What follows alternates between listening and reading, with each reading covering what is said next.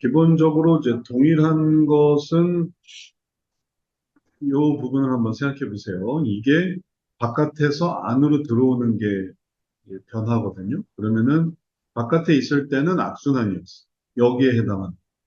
안으로 들어올 때는 여기에 해당. 그게 이제 왔다 갔다 안으로 들어오는 게 핵심이라서 들어오는 것으로 설명할 수 있어요. 그럼 바깥에서의 문제는 게임 중독이라고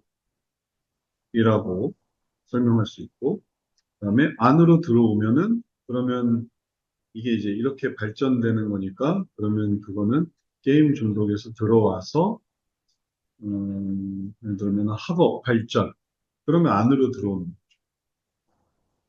학업 발전에 열의를 다한다. 그러면 게임 중독에 있다가 학업 발전으로 들어오는 거니까 이게 발전이 될 수도 있고 아니면은 게임 중독에 빠져 있다가 안으로 들어올 때 뭔가 음, 사회 기여라든지 아니면 신앙적으로 신앙적인 어떤 발전을 이룬다든지 안에는 다 항상 좋은 거, 바깥의 문제들. 그래서 이걸 두 개를 이게 한꺼번에 있을 때보다 이게 이렇게 구분해 놓게 되면은 안으로 들어오기 위한 목표 이런 것들을 강조하기가 좋아서 이걸 하나 더 합의, 가정 합의 이게 중요한 건 합의고 나머지는 거기 사이에 곁들여지는 거예요. 그거 하나만 뚝 설명하는 게 아니라 거기서 이제 이런 것들이 설명이 되는 거라서 요 유형에서 확장되는 것이 중요한데, 예를 들면 합의가 잘 안 되는 상황, 그러면은 자기 중심적인 어떤 독단, 이렇게 한번 해보세요. 그러면 이제 이렇게 들어가는 거죠. 그리고 그게 이 악순환, 자기 하고 싶은 대로 하려고 하는, 사정을 봐주지 않는, 가족들의 의견은 개의치 않아요. 하나님의 뜻도 개의치 않아요. 그러면은 이런 상태고, 그러니까 안으로 들어왔다. 그게 변화됐다. 능력, 희락, 온유, 연합으로 되게 됐다면은 그럼 여기에 가족들과 힘을 합친다. 이렇게 되는 거죠. 하나님의 뜻을 따라서 하나님의 도우심을 간구한다. 하나님의 도움 필요 없어요. 난 내가 할 거예요. 하면은 악순환인 거죠. 그러나 거기서 나오면은 선순환. 이걸 강조하기 위해서 하나에 쓸 거를 두 개로 나눠서 씁니다.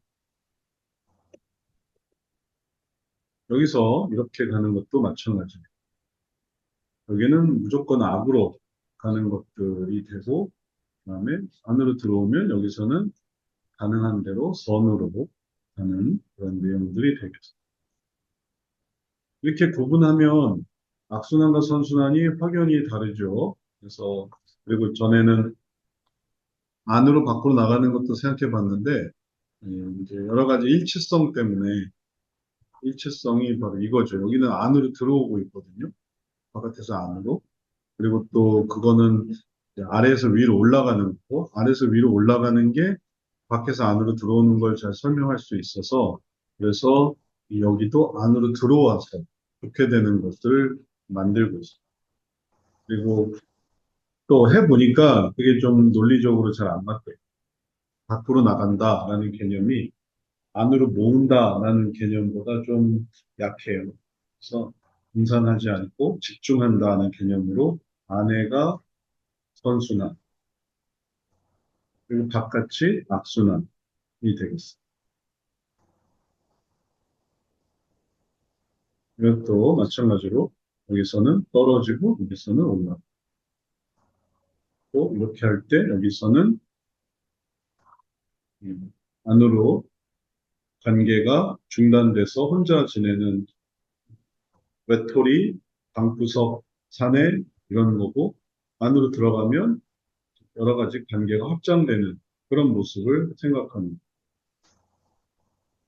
여기도 마찬가지로 여기서는 자꾸 감정화되고 신체화되는 건데 여기서는 것들을 해석해내고 승화시키고 이해하고 그런 거. 자, 그러면 이게 이제 A6거든요. A6 차트에 대해서 궁금한 거 있으면 말씀해 주세요.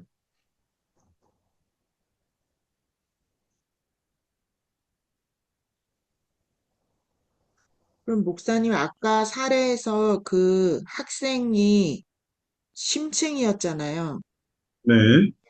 그러면 차트가 순위에서 아까 그 표현하신 게 아니라 밑에 차트랑 막 섞여가지고 할 때는 어떻게 표현해야 돼요?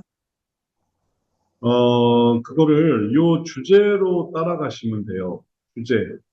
주제가 뭐냐면은 개인의 심층이었다가 개인에서 심층이었다가 미움에서 그 다음에 개인, 심층, 미움, 편안, 그리고 계획 이렇게 들어갔거든요. 계획이 여기에 해당하는 거죠. 그래서 요걸 기준으로 해서 이 주제별로 이렇게 바뀔 때 그때 요걸 이렇게 잘 따라가셔서 거기에 맞추시면 돼요. 그거는 딱 정해져 있습니다. 그냥 다만 이제 심층의 부분을 이해할 때, 아, 요럴 때는 이게 심층이구나 하는 거죠. 미움일 때는 이 미움을 어떻게 표현하냐 하면은 어디에 대한 미움인가 해서 그 미움의 양상을 표현하는 거예요.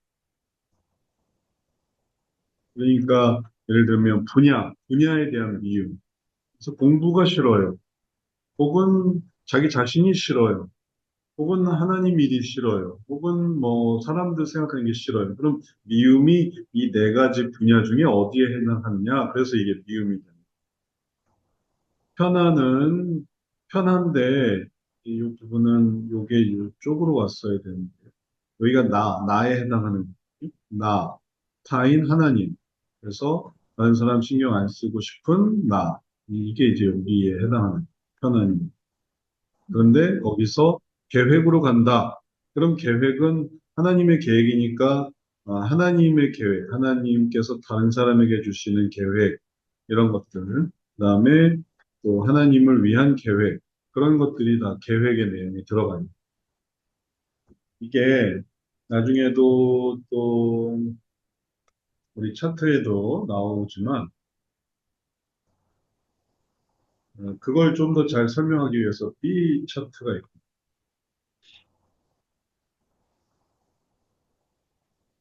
B 차트에 보시면 그런 식으로 동일한 이 도형을 개인의 영역을, 순위를, 미움을, 유익을 이렇게 설명하는 데 다 쓰여요.